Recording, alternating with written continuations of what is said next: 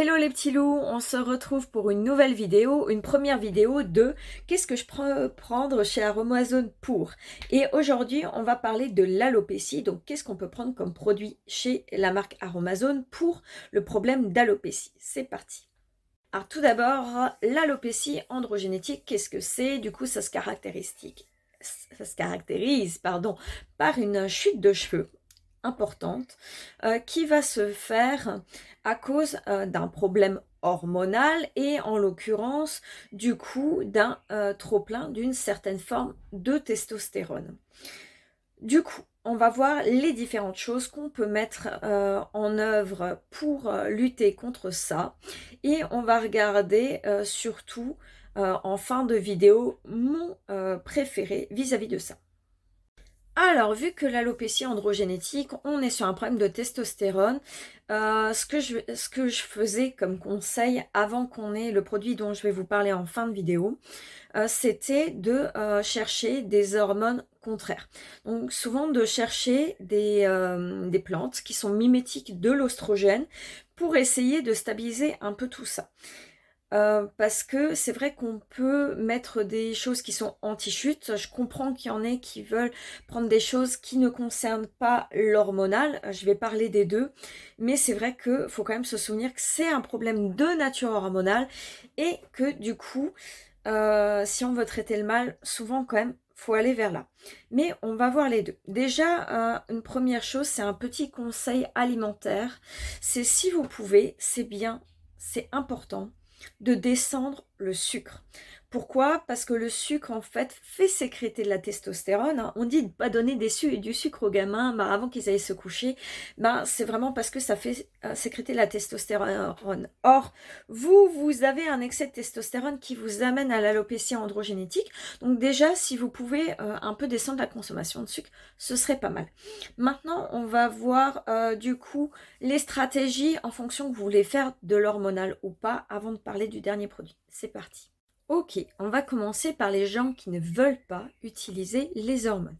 Tout d'abord, je vous dis que je comprends, d'accord? Et en plus, certains ont peut-être un traitement, il ne faut pas rentrer en contre-indication. Par contre, je pense que ça ne va pas suffire. Et à ce moment-là, je vous invite à vous tourner vers votre médecin pour justement qu'il puisse aller à la source parce que malheureusement, la source est hormonale. Par contre, voilà ce que je peux vous conseiller chez Aromazone. Donc tout d'abord, dans les huiles essentielles. Dans les huiles essentielles qui peuvent vous être utiles, la favorite, c'est la baie de Saint-Thomas. D'accord? Mais vous pouvez aussi utiliser le pamplemousse. Je sais qu'il y en a d'autres, mais là, c'est les deux que je vous conseille. D'accord? La baie de Saint-Thomas et le pamplemousse, vous pouvez l'utiliser de la manière comme suivante. Le plus simple, c'est 2 gouttes dans le shampoing avant de vous laver les cheveux. D'accord? Le truc, c'est que bon, dans le shampoing, on se doute bien, ça ne va pas rester longtemps sur le cuir chevelu, mais ça reste une solution. Ensuite, vous pouvez faire autre chose, c'est mettre ces gouttes d'huile essentielle dans une huile végétale. Comme ça, on peut en mettre plus et on peut choisir une huile végétale anti-chute. Moi, ce que je vous conseille, je vais vous en conseiller deux. Je vais vous conseiller l'huile végétale de roquette, d'accord? Ça, c'est une première chose. Et je vais aussi vous conseiller l'huile végétale maintenant d'avocat. Ok, donc la roquette pour moi c'est la favorite. Pourquoi? Parce que la roquette elle n'est pas très grasse. Et moi ce que je veux c'est que vous vous retrouviez pas à faire 4 shampoings pour enlever une huile grasse, d'accord? Parce que du coup c'est vrai que vous allez beaucoup manipuler vos cheveux et ça peut favoriser la chute. D'accord? Donc dans l'huile végétale de roquette, comme dans l'huile végétale d'avocat, alors l'avocat elle est plus grasse mais il y en a qui ont les cheveux secs. Donc je la prends quand même. Ok?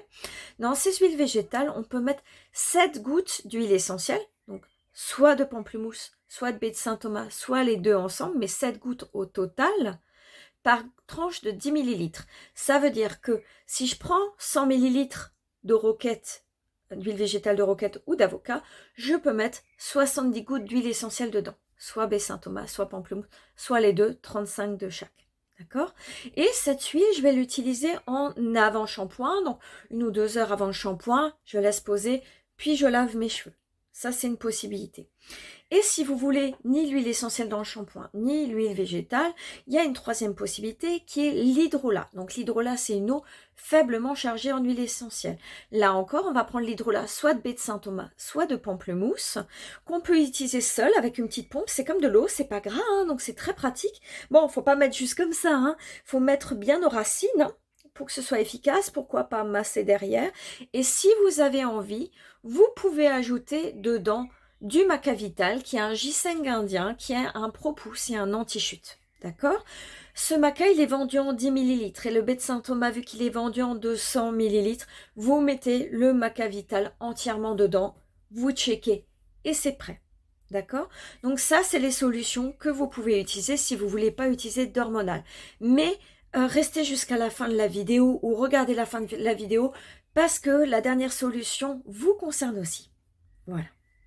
Ensuite, pour ceux qui veulent utiliser des hormones, je pense que c'est le plus concret parce que c'est un problème hormonal, hein, donc on ne peut pas le nier. Donc en fait, nous, ce qu'on va faire, c'est qu'on va essayer d'utiliser des choses qui miment l'action de l'oestrogène. Alors, il faut commencer par dire les choses. Ceux qui ont des problèmes de thyroïde, ceux qui ont des problèmes de cancer du sein dans la famille, ceux qui ont des problèmes de cancer du sein eux-mêmes ou d'endométriose, vous ne pouvez pas utiliser là les solutions que je vais donner dans ce chapitre. Donc soit vous allez dans le chapitre du coup des solutions non hormonales, soit vous allez à la fin de la vidéo parce que vous pourrez utiliser le truc de fin, d'accord? Parce que vous ne pouvez pas prendre de mimétique oestrogène. Pour les autres, il y a 3 huiles essentielles qui sont intéressantes. Le patchouli, le palmarosa et la sauge. D'accord? Ça, c'est 3 huiles essentielles intéressantes et qu'on a souvent à la maison, notamment le palmarosa, d'accord? Parce qu'elles sont mimétiques oestrogènes. Si vous ne savez pas laquelle prendre, privilégiez, j'ai envie de dire, le patchouli si vous avez les pellicules et le cuir chevelu gras, et sinon la sauge, d'accord? Du coup, ces huiles essentielles, comment je les utilise? Soit 2 gouttes quand je fais mon shampoing. 2 gouttes et je fais mon shampoing et je rince, ok? Pas besoin de laisser, on ne laisse pas un shampoing, c'est comme ça.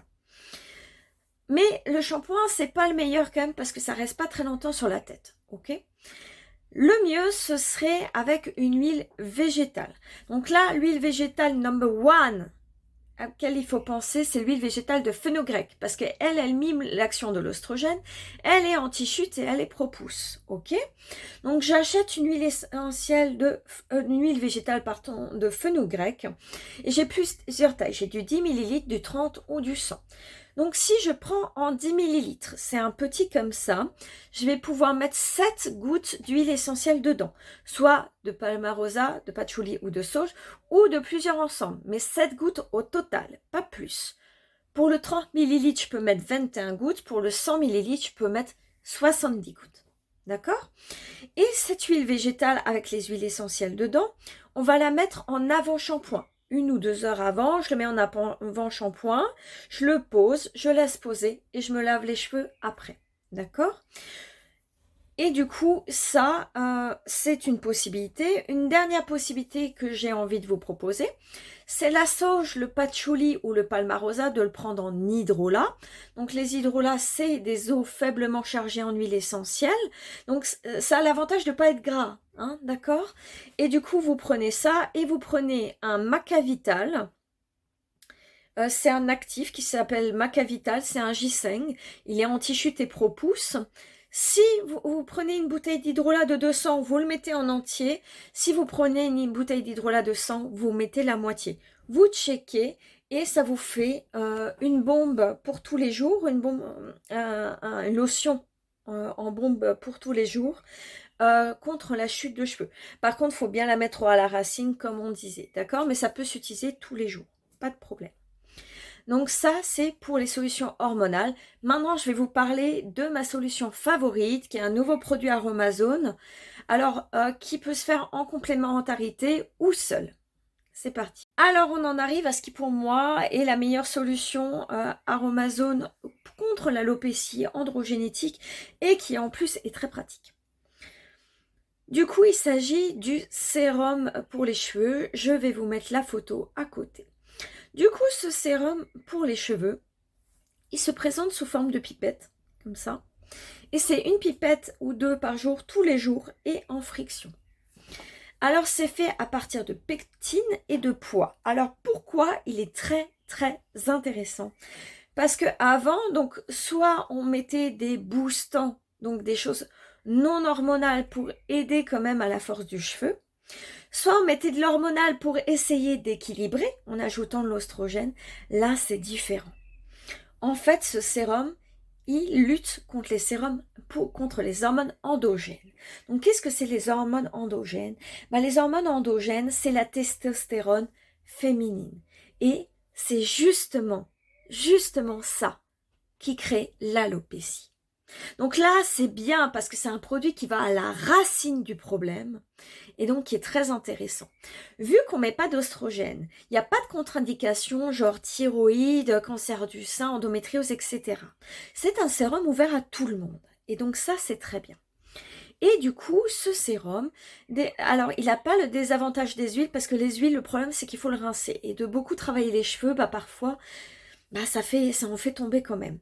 Donc là, c'est un sérum de tous les jours. Il n'est pas gras, il n'y a pas d'huile dedans, il n'y a pas de lipides. Donc vous le mettez directement. Donc là, par contre, il faut bien le mettre à la racine et du coup faire en friction.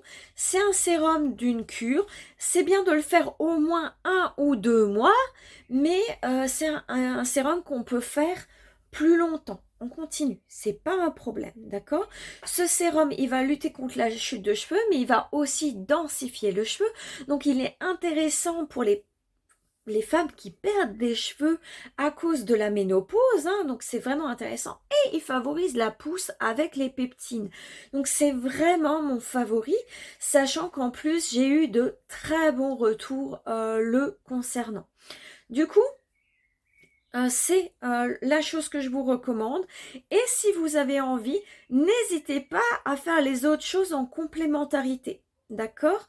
Une autre chose que je peux vous conseiller, c'est du point de vue des compléments alimentaires, de prendre de la levure de bière qui favorise la bonne qualité des ongles et des cheveux. Quand il y a chute de cheveux, bon, l'alopécie c'est particulier, mais ça peut être bien de vérifier qu'il n'y a pas un manque de minéraux, parce que si on a un manque de magnésium ou de fer, on peut avoir de la chute de cheveux. Ça, c'est des choses qui se vérifient. On ne se complémente pas comme ça pour les minéraux, mais s'il y a une carence, je vous invite à prendre de la spiruline. Voilà les amis, vous avez toutes les solutions aromazones que vous pouvez faire contre l'alopécie génétique.